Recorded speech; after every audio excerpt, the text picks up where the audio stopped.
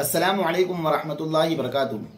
आज की इस वीडियो के ज़रिए से हम आपके सामने सदक़े फ़ित्र की मिक़दार क्या है और सदक़े फ़ित्र ईद से पहले निकालना ज़रूरी है या अगर कोई शख्स ईद और रमज़ान के अंदर नहीं निकाल सका तो क्या वो ईद के बाद निकाल सकता है, और सदक़े फ़ित्र किन किन लोगों पर वाजिब है, क्या छोटे बच्चों पर भी सदक़े फ़ित्र वाजिब है। आज की इस वीडियो के ज़रिए से इंशाअल्लाह ताला हम आपको सदक़े फ़ित्र के मुताल्लिक़ तमाम तफसील से बतलाने वाले हैं। तो सबसे पहले हम ये समझें कि रोज़े की हालत में हम चाहें कितना भी बचना चाहे, लेकिन कुछ न कुछ कोताहियाँ रोज़े की हालत में हमसे हो ही जाती है। मसलन चाहे हम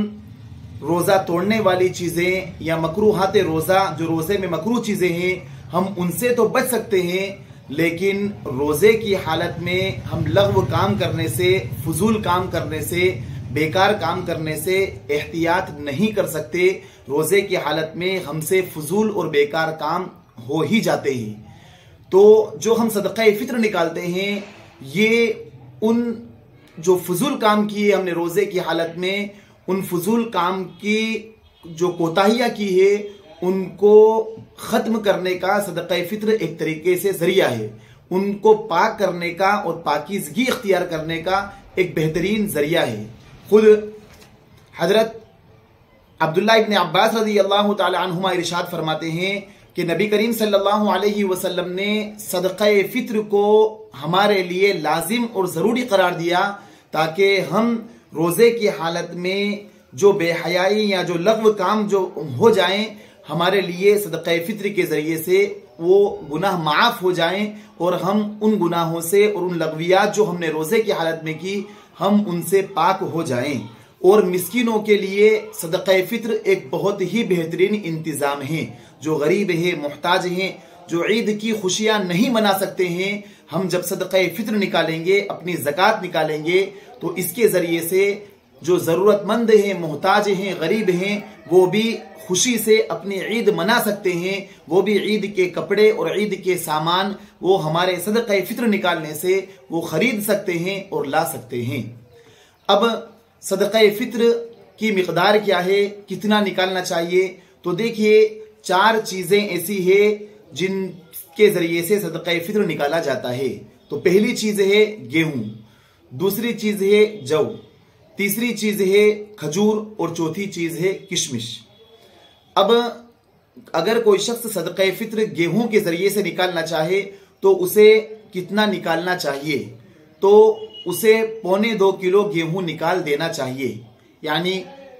1 किलो 75 ग्राम या 1 किलो 633 ग्राम। और अगर कोई एहतियातन 2 किलो भी निकालना चाहे तो इसमें भी कोई हरज नहीं है। और अगर कोई गेहूं ना निकाल सके, कोई आटा देना चाहे, तो वो भी 1.25 किलो गेहूं का आटा दे सकता है, या 1.25 किलो गेहूं की कीमत मसलन आज के हिसाब से 50 रुपए, 55 रुपए, 60 रुपए अगर कोई शख्स देना चाहे तो दे सकता है। और अगर कोई शख्स गेहूं से अलग चीज निकालना चाहे, जौ निकालना चाहे या खजूर या किशमिश गरीबों में तकसीम करना चाहे या फिर उसकी कीमत निकालना चाहे, तो ये भी बहुत अच्छी चीज है। और साहिब हैसियत के लिए जो लखपति आदमी हैं, जिनको अल्लाह ताला ने माल से नवाज रखा है, करोड़पति आदमी हैं, उन्हें तो बेहतर ये है कि वो गेहूं के बजाय किशमिश या खजूर से अपना सदक़े फ़ित्र निकाले। इसलिए कि किशमिश और खजूर से अगर कोई शख्स सदक़े फ़ित्र निकालेगा तो उसको 3.5 किलो निकालना पड़ेगा, और उसके लिए ये कोई मुश्किल बात नहीं होगी। हालांकि इसमें फ़ायदा गरीब और मोहताज और ज़रूरतमंद को होगा। खुद हज़रत अब्दुल्ला इब्न अब्बास रज़ी अल्लाह ताला अन्हुमा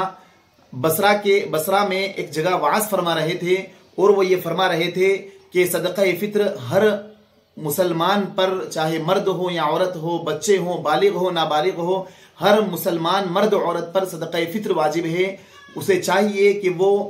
आधा सा, 1 सा या तो गेहूं में से सदक़े फ़ित्र निकाले या खजूर या किशमिश में से 1 सा निकाले। तो हज़रत अली करमल्लाहु वजहू ने जब ये खुतबा सुना तो आपने ये इरशाद फरमाया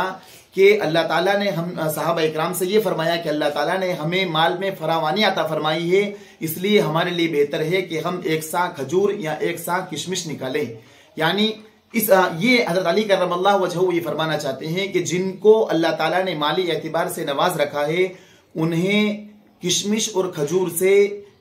या उसकी कीमत निकालकर गरीब मोहताज को सदक़े फित्र अदा करना चाहिए। अब सदक़े फित्र अपने घर किन किन लोगों की तरफ से अदा करना चाहिए, तो देखिए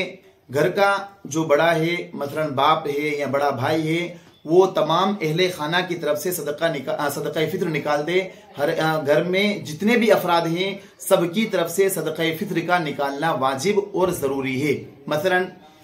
बाप है, अब घर में 4 अफराद रहते हैं, माँ बाप और 2 बेटे हैं, तो अब यहाँ पर 8 किलो गेहूं निकाल दे, या फिर 12 लोग रहते हैं तो फिर इसी तरीके से हर एक की तरफ से 2.25 किलो गेहूं या फिर 2 किलो गेहूं निकाल दे, तमाम की तरफ से सदक़े फित्र अदा हो जाएगा। अब जो बच्चा ईद से पहले पैदा हुआ है उसकी तरफ से सदक़ा फित्र निकालना है या नहीं निकालना है, तो उसकी तरफ से भी सदक़े फित्र का निकालना वाजिब और ज़रूरी है। अब रहा सवाल ये कि बाज़ ये सवाल करते हैं कि क्या जो बच्चा माँ के पेट में है, जो औरत प्रेग्नेंट है, क्या उसकी तरफ से भी सदक़े फित्र का निकालना ज़रूरी है, तो उसकी तरफ से सदक़े फित्र का निकालना ज़रूरी और वाजिब नहीं है। अब रहा मसला ये कि अगर कोई शख्स ईद से पहले सदक़े फित्र नहीं निकाल पाया तो क्या अब वो ईद के बाद सदक़े फित्र निकाल ले, तो देखिए बेहतर और अफजल ये है कि रमज़ान ही के महीने में सदक़े फित्र अदा कर दें, या फिर ईद से कबल, ईद से पहले सदक़े फित्र अदा कर दें। अगर कोई शख्स रमज़ान के अंदर भी अदा नहीं कर पाया और ईद से पहले भी अदा नहीं कर पाया, तो अगर वो ईद के बाद अदा करेगा तो वो सदका तो कहलाएगा लेकिन सदक़े फित्र नहीं कहलाएगा। तो लिहाजा सदक़े फित्र हम ईद से कबल निकाल दें ताकि जो ज़रूरतमंद हैं, मोहताज हैं, वो अपनी ज़रूरियात पूरी कर ले, वो भी हमारी तरह ईद की खुशियाँ मना सके। उनके घर के अंदर भी जो छोटे बच्चे, मासूम बच्चे हैं, जो अच्छा खाने के लिए तरस रहे हैं या अच्छा पहनने के लिए तरस रहे हैं, वो भी अच्छी तरीके से खुशियां मना सके। अब सवाल ये होता है कि सदक़े फित्र किसको देना चाहिए, तो जो हमसे निचले तबके के लोग हैं, जो हमसे ज्यादा गरीब लोग हैं, हम उन्हें सदक़े फित्र दे सकते हैं।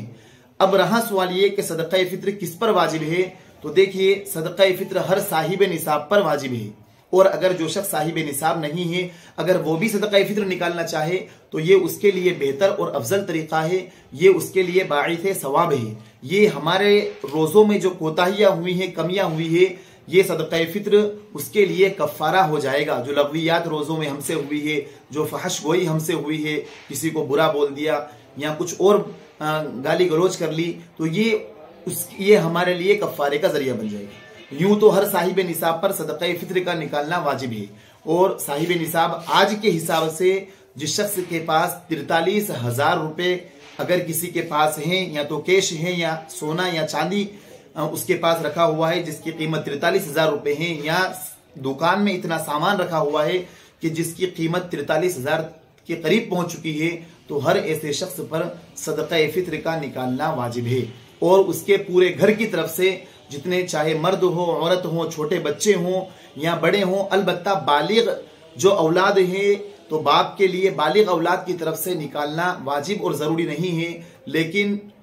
बेहतर यह है कि वो बालिग औलाद की तरफ से जो उसकी मातहती में रहती है उनकी तरफ से भी सदक़े फित्र निकाल दे, ये उसके लिए बेहतर और अफजल है। लिहाजा मुझे उम्मीद है कि आपको सदक़े फित्र के तमाम मसाइल आप समझ गए होंगे, लेकिन अगर फिर भी आपको सदक़े फित्र के मसाइल में कोई कन्फ्यूज़न है या कोई इश्काल है तो आप कमेंट बॉक्स में वो सवाल कर सकते हैं। इंशाअल्लाह ताला हम आपको उसका तसल्ली बख्श जवाब दे देंगे। और अगर हमारी वीडियो आपको पसंद आई तो आप शेयर भी करें और लाइक भी करें। जज़ाकुमुल्लाहु खैरन व अहसन।